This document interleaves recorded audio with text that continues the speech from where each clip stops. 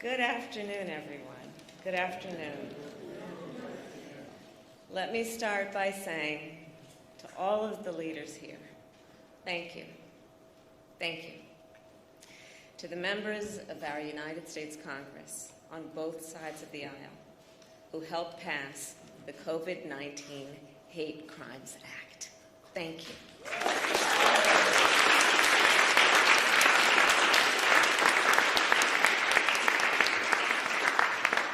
And a special thanks to Senator Mazie Hirono,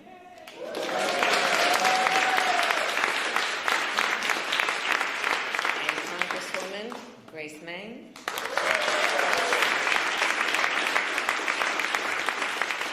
for leading this incredible effort.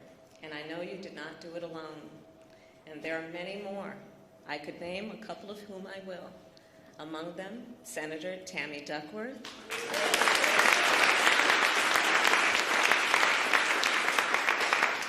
Senator Richard Blumenthal,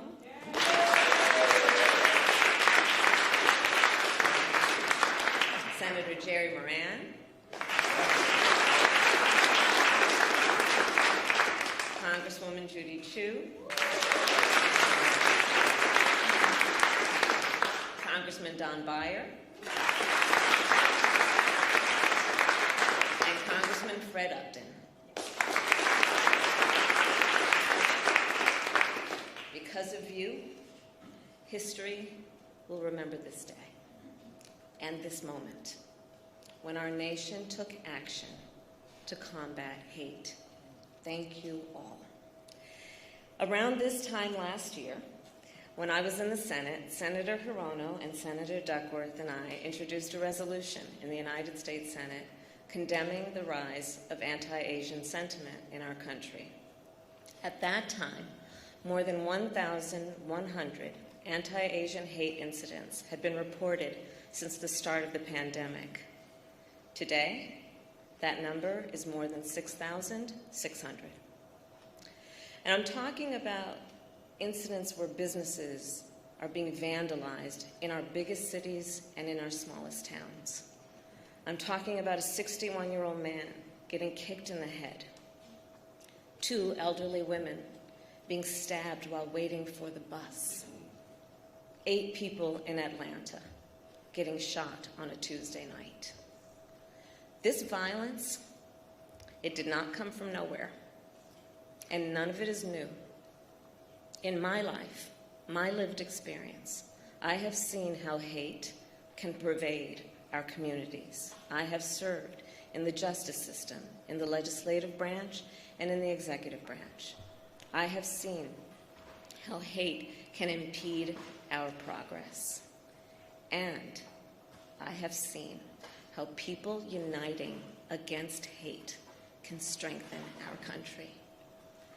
Those here today are united. This bill brings us one step closer to stopping hate, not only for Asian Americans, but for all Americans. It will expedite the Justice Department's review of hate crimes, every type of hate crime. It will designate an official at the department to oversee the effort, and it will expand efforts to make the reporting of hate crimes more accessible at the local and state levels. But after the President signs this bill today, our work will not be done. Here is the truth. Racism exists in America. Xenophobia exists in America. Anti-Semitism, Islamophobia, homophobia, transphobia, it all exists. And so the work to address injustice, wherever it exists, remains the work ahead. My fellow Americans, it is my great honor to mention and to say to you what you already know. We have a President of the United States in one Joe Biden who is committed to this work. He is determined to, I will quote from him, give hate no safe harbor. And I'll tell you firsthand, I've seen what you know. His actions match his powerful words. It is my great honor to introduce the President of the United States. Joe Biden.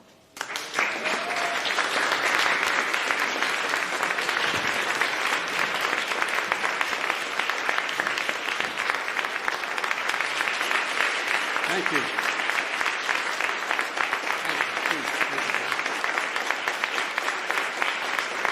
Thank you.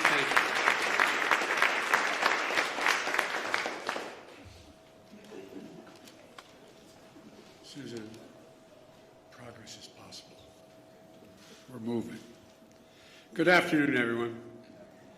I said from the beginning of my campaign, Madam Speaker, that the campaign for president throughout, and you would call me and tell me, keep it up, was about bringing people together, about uniting the country. We need to unite as one people, one nation, one America. And that was the thing I was most often criticized about, saying, how can you unite the country? We must unite the country. I said it in my kickoff speech in Philadelphia. I said it again when I spoke at Gettysburg. And I emphasized it in my inaugural address. A lot of people, press to elected officials, were somewhat skeptical of that could be done. It's just beginning, but I'm confident we can do this and so much more. And I believe with every fiber in my being that there are simple core values and beliefs that should bring us together as Americans.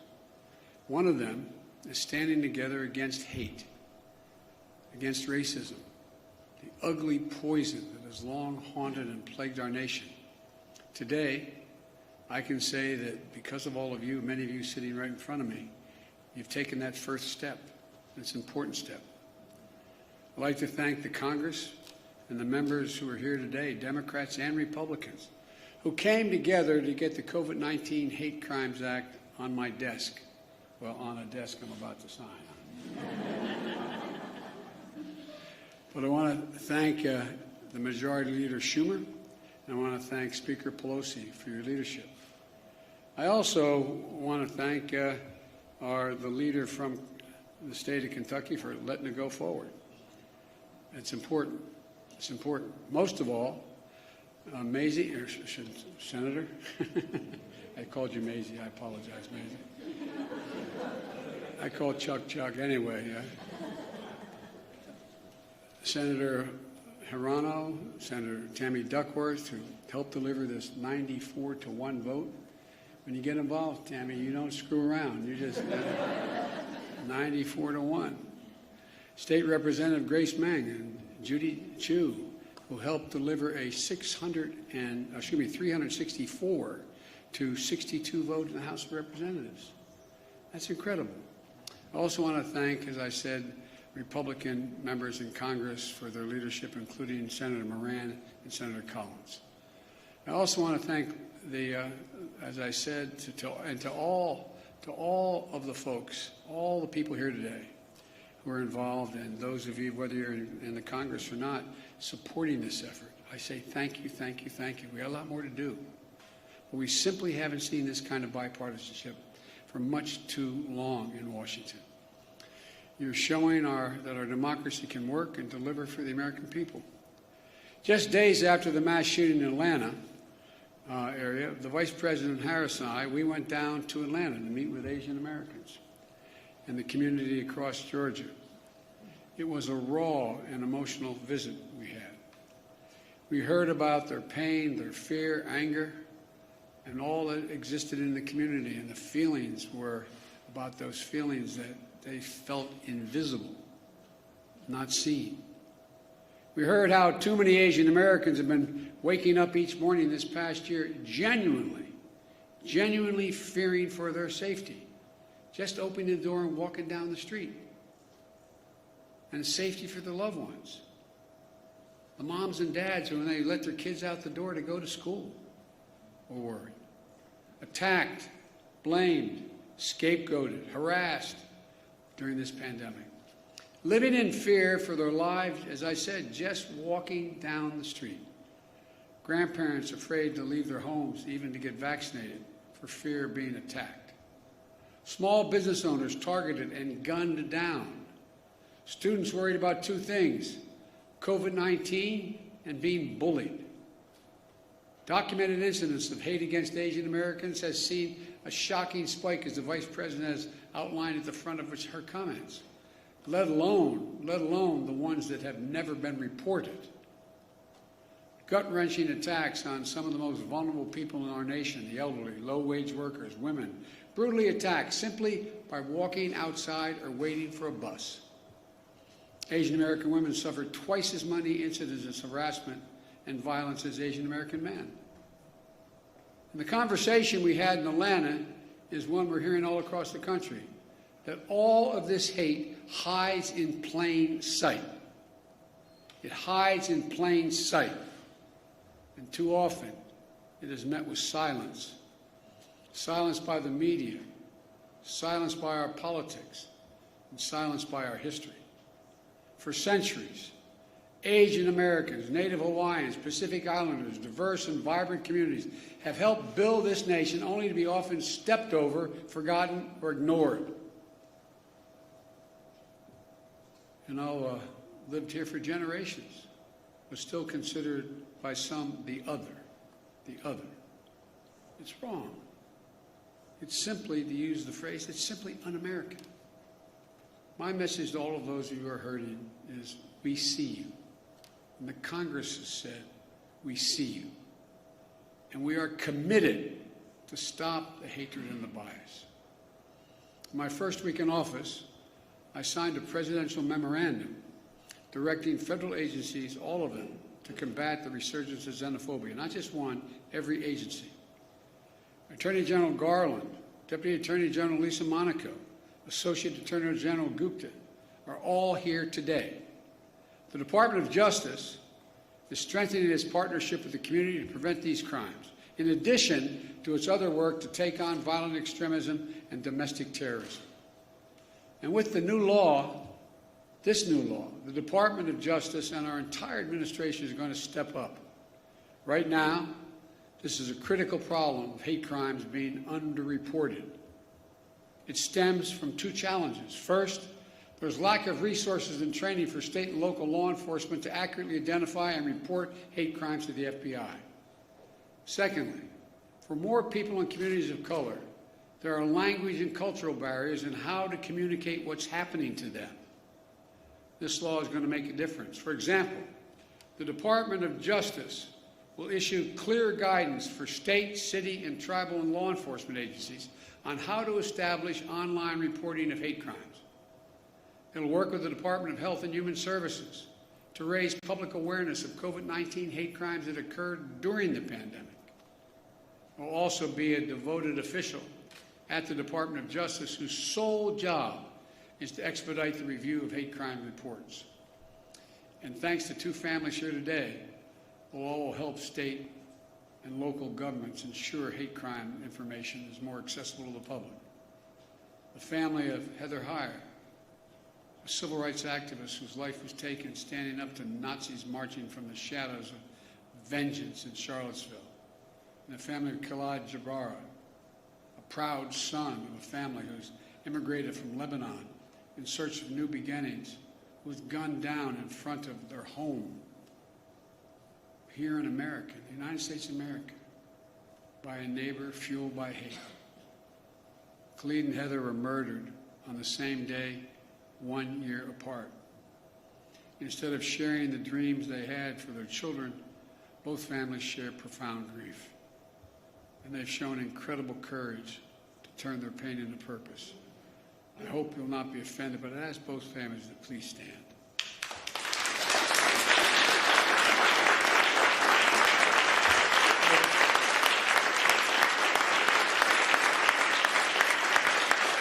I want to thank you.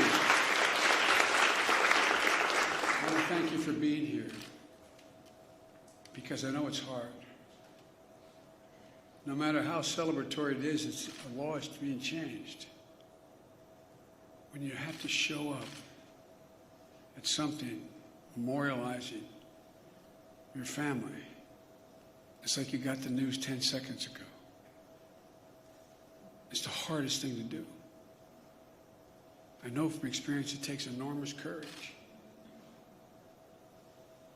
But I hope that every day that's passed the memory, son and daughter, brings a smile to your lips before it brings a tear to your eye.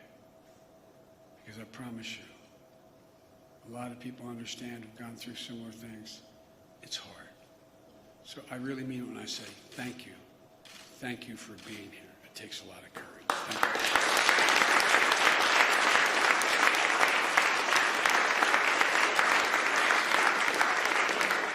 Because of you, the amendment named in honor of Khalid and Heather is now law to make sure that hate crimes are more accurately counted and reported, and hopefully leading to a continued focus on ending these crimes. And will provide resources to create specialized hate crimes units that will also help states create hotlines for hate crimes at state and local levels that will be accessible for people with limited English proficiency. And it provides resources for training for state and local law enforcement to identify, investigate, and report these heinous crimes. But of all the good that the law can do, we have to change our hearts. We have to change the hearts of the American people. Hate can, I mean this from the bottom of my heart, hate can be given no safe harbor in America. I mean it, no safe harbor. It can't be dismissed like, well, that's just what happens. My sister Valerie and I talk about it all the time. You've got to speak up. Speak up and speak out. It's on all of us together, to make it stop. My message is to all of those who think this doesn't matter to them, or this is not a problem, look around. Look in the mirror. Look in the eyes of your children. Every one of us are lessened. Every one of us are lessened. And we're all hurt by this hate. It has a way of seeping sort of through the cracks in the communities and children who, in fact, wouldn't have crossed their mind. Words have consequences, as the senator knows. He preaches it. He understands it. Consequences. But silence is complicity. Silence is complicity. And we cannot be complicit. We have to speak out. We have to act. That's what you've done. And I can't thank you enough. I'm proud today. I'm proud today of the United States. I'm proud today of our political system, the United States Congress. I'm proud today that Democrats and Republicans have stood up together to say something. Let me close with this. Grief, as we all know, is universal. But so is hope. So is love. Sounds corny, but it really is. It really is. And hope and love can be contagious. We're the United States of America. We're good and decent people. We're unique among all nations in that we are uniquely a product of a document, not an ethnicity, not a religion, not a geography, of a document. And think about this, I'm being literal.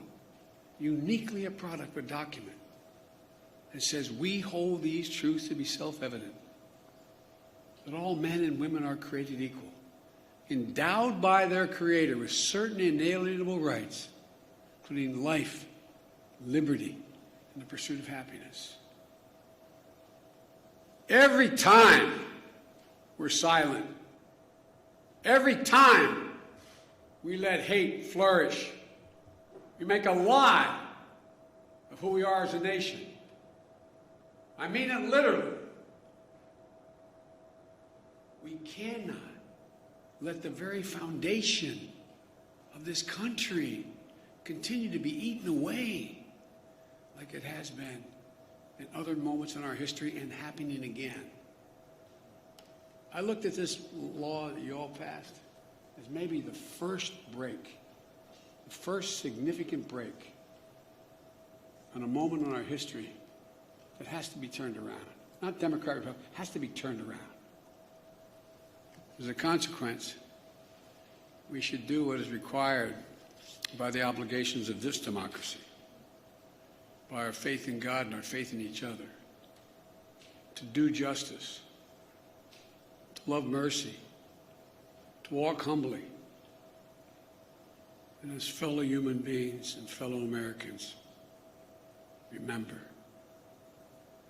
we're unique in all of history as a nation. This is the United States of America, for God's sake.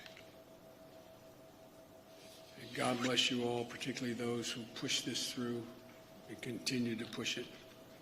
Now I'm going to sign this bill, which is a great honor.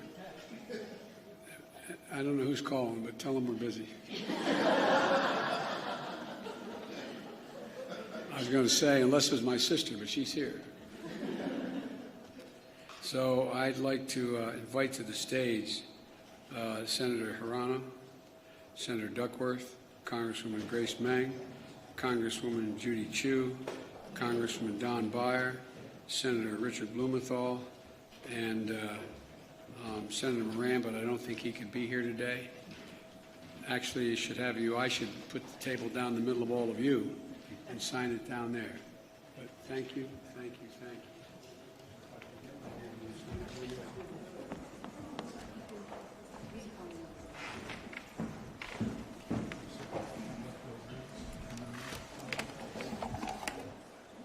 All right.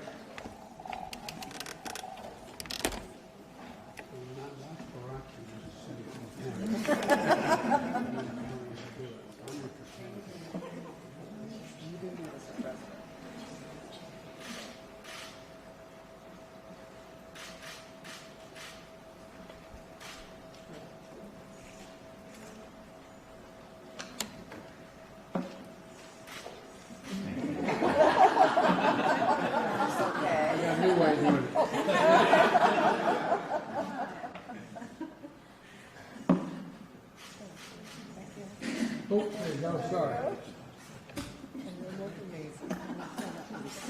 Thank you. Congratulations to you all.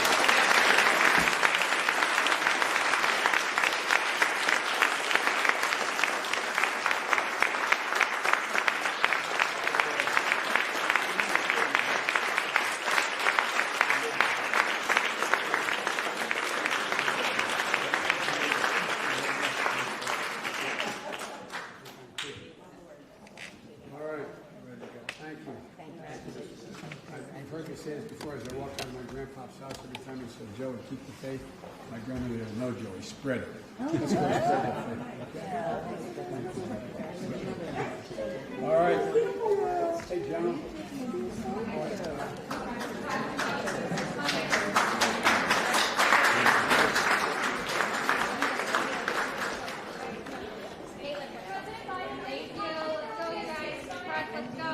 Ladies and gentlemen, please remain seated while the President and the Vice President depart. Thank you.